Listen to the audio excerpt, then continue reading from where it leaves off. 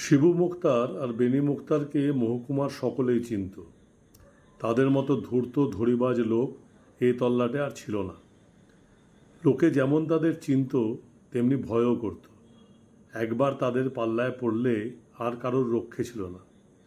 যোগ যেমন গা থেকে রক্ত শুষে নেয় অথচ জানতে পারা যায় না, তারাও তেমনি মিষ্টি কথায় ভুলিয়ে টাকা শুষে শুষে মক্কেলকে সর্বশান্ত করে দিত। আদালতে দুজনের মধ্যে রেষারেষি চলত, আবার বাইরে ভাবও ছিল। শিবু মক্কেলকে বলতো, বেনিটা জানে কি, ওকে এক তুড়িতে উড়িয়ে দেবো। আবার বেনিও নিজের মক্কেলকে বলতো, শিবুটা একটা আস্ত গাধা, আইনের প্যাচে ফেলে ওর দফা রফা করো। কিন্তু সন্ধ্যাবেলা একজন আরেকজনের দাওয়ায় বসে তামাক না খেলে রাত্রে ঘুম হতো না। এমনিভাবে দুই মুক্তারের সারা জীবন পরস্পরের সঙ্গে বাইরের বন্ধুত্ব আর ভিতরে শত্রুতা করে ক্রমে ক্রমে বুড়ো হয়ে গেল। দুজনেরই বেশ টাকা কড়ি, বাড়িঘর হয়েছে। বলতে গেলে তারাই দেশের মধ্যে সবচেয়ে গণ্যমান্য হয়ে উঠেছে। বারোয়ারি দুর্গাপুজোয় এক বছর শিবু প্রেসিডেন্ট হয়, পরের বছর বেনি প্রেসিডেন্ট হয়। স্কুল কমিটিতেও তাই, কেউ কারোর চেয়ে খাটো নয়। এদের দুজনের মধ্যে বোধহয় শিবুরই ফিচিল বুদ্ধি বেশি ছিল। সে একদিন মনে মনে মতলব আঁটলে, বেনিকে ভালো করে ঠকাতে হবে, কারণ এ পর্যন্ত কেউ কাউকে ভালো করে ঠকাতে পারেনি। বুদ্ধির যুদ্ধে কখনো বেনি জিতেছে, কখনো শিবু জিতেছে। ফলে দুজনের মধ্যে কেউই বড়াই করে বলতে পারতো না যে আমি বেশি চালাক। শিবু মুক্তার ফন্দি ঠিক করে হঠাৎ একদিন সন্ধ্যাবেলায় হন্তদন্ত হয়ে বেনিকে গিয়ে বলল, ভাই বেনি, বড় বিপদে পড়েছি, 50টা টাকা ধার দিতে পারো, কালই ফেরত পাবে। বেনি শিবুর মতলব বুঝতে পারল না, বলল, তার আর কি, নিয়ে যাও। শিবু টাকা নিয়ে নিজের বাড়িতে গ্যাট হয়ে বসল। পরদিন টাকা ফেরত দেওয়ার কথা, কিন্তু শিবুর দেখা নেই। বেনির মন উতলা হয়ে উঠল। তারপর আরও দুদিন কেটে গেল, কিন্তু শিবুর টাকা দেওয়ার কোনো চেষ্টাই দেখা গেল না। বেনি মহা ফাপড়ে পড়ল। সে বুঝলে শিবু তাকে বিষম ঠকিয়েছে, কিন্তু লজ্জায় সে কথা কারোর কাছে বলতে পারলে না। হ্যান্ড নোট না লিখিয়ে সে শিবুকে টাকা ধার দিয়েছিল, এ কথা জানাজানি হলে দেশশুদ্ধ লোক হাসবে, বলবে বেনি মুক্তারটা গাধা। শিবুও তাই চায়। বেনি মুক্তার ভেবে ভেবে আধখানা হয়ে গেল।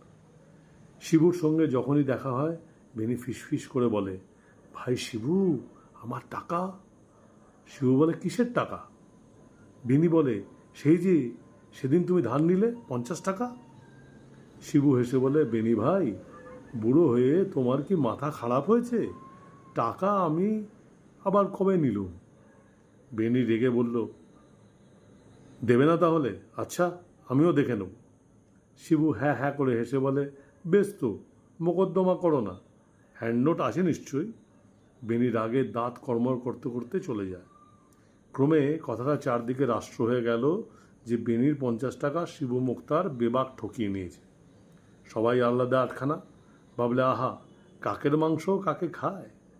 বেনিকে সকলে জিজ্ঞেস করতে লাগলো, হ্যাঁ দাদা, তুমি নাকি লেখাপড়া না করেই শিবুকে টাকা ধার দিয়েছিলে, শেষে তোমার এই দুর্বুদ্ধি হলো? বেনি কিন্তু কিছুতেই মানতে চায় না। ঘাড় নেড়ে বলে, আরে না না, ওসব শিবেটার মিথ্যে কথা। শুধু হাতে টাকা ধার দেবো আমি? আমাকে কি কুকুরে কামড়েছে? দাঁড়াও না, শিবেকে আমি যখন একলা থাকে তখন শিবুর পেজমির কথা ভেবে দাঁত কর্মর করে আর গালাগাল দেয়। এমনিভাবে টাকার কথা ভেবে ভেবে বেনি অসুখে পড়ল।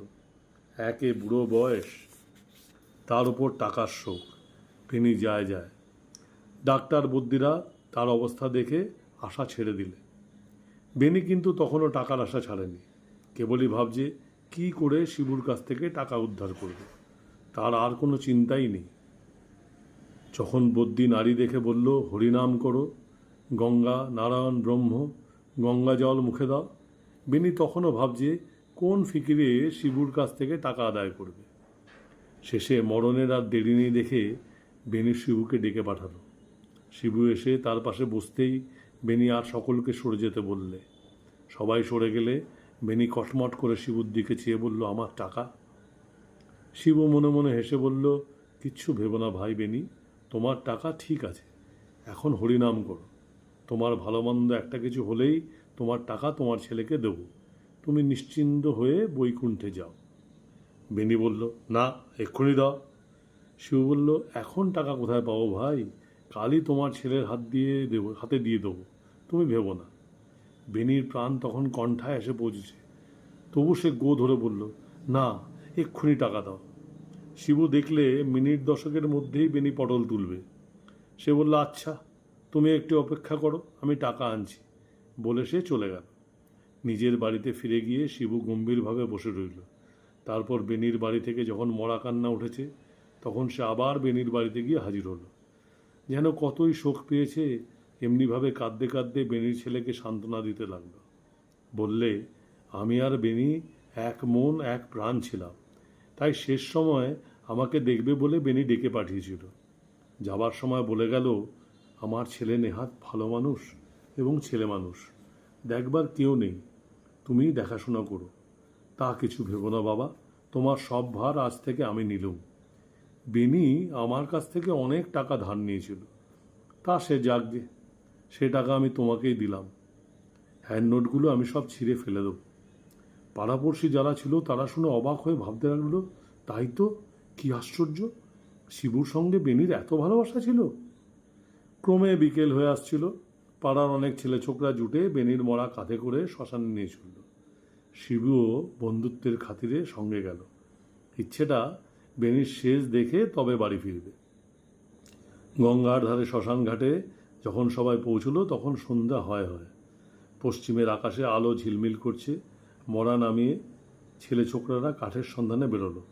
শিবু বুড়ো মানুষ, তাই সে মরা ছুঁয়ে ঘাটেই বসে রইল। কেউ কোথাও নেই। শিবু একলাটি মরার চালি ধরে বসে আছে আর ভাবছে, বেনিকে কি ঠকানোই ঠকিয়েছি। টাকাকে টাকা পেলুম, আবার বেনিটা মরেও গেল। এখন আমি একলাই মুক্তারি করব, আর আমায় পায় কে? মনের আনন্দে শিবু একটা বিড়ি ধরিয়েছে, এমন সময় হঠাৎ পেছন থেকে প্রচণ্ড এক চড় খেয়ে শিবু প্রায় চিৎপাত হয়ে পড়ে গেল। ধর্মর করে উঠে চারদিকে তাকিয়ে দেখলে কেউ কোথাও নেই। বেনির মরা চালির ওপর শুয়ে আছে। কে চড় মারলে? শিবু জীবনে অনেক মরা পুড়িয়েছিল, তাই শ্মশানে তার ভয় ছিল না।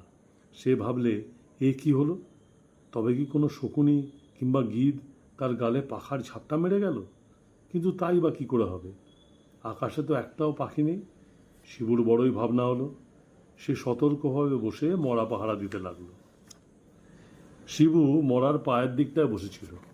হঠাৎ মরাটা এক পা তুলে ক্যাত করে তার পেটে এক লাথি কষিয়ে দিয়ে আবার যেমন ছিল তেমনিভাবে শুয়ে রইল। লাথি খেয়ে শিবু কোক করে উঠেছিল, কিন্তু তবু সে সহজে ভয় পাবার পাত্র নয়।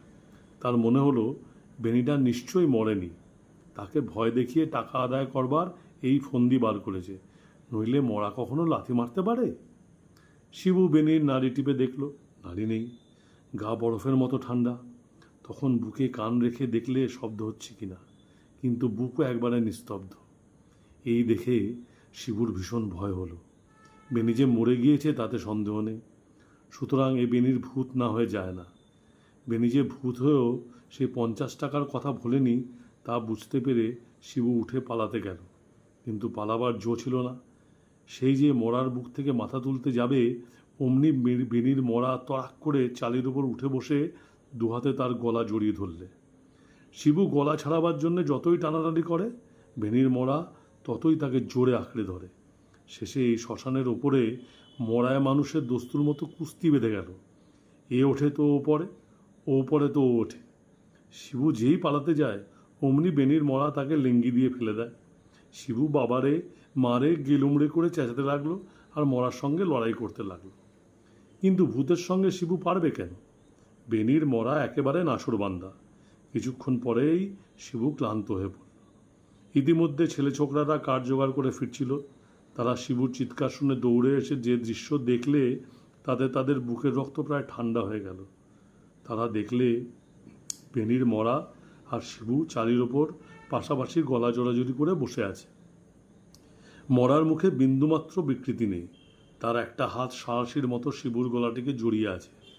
শিবুর মুখ ভয়ে নীল হয়ে গেছে। সে মাঝে মাঝে উঠে পালাবার চেষ্টা করছে, কিন্তু পালাতে পারছে না। বসে পড়ে ঠক ঠক করে কাঁপছে। শিবুর ছেলেও মরা পড়াতে গেছিল। তাকে দেখে শিবু ভেউ ভেউ করে কেঁদে উঠল। ওরে বাবা, শিগগিরই বাড়ি যা, 50টা টাকা বেনির বউয়ের হাতে দিয়ে আগে যা, নইলে আমাকে ছাড়বে না।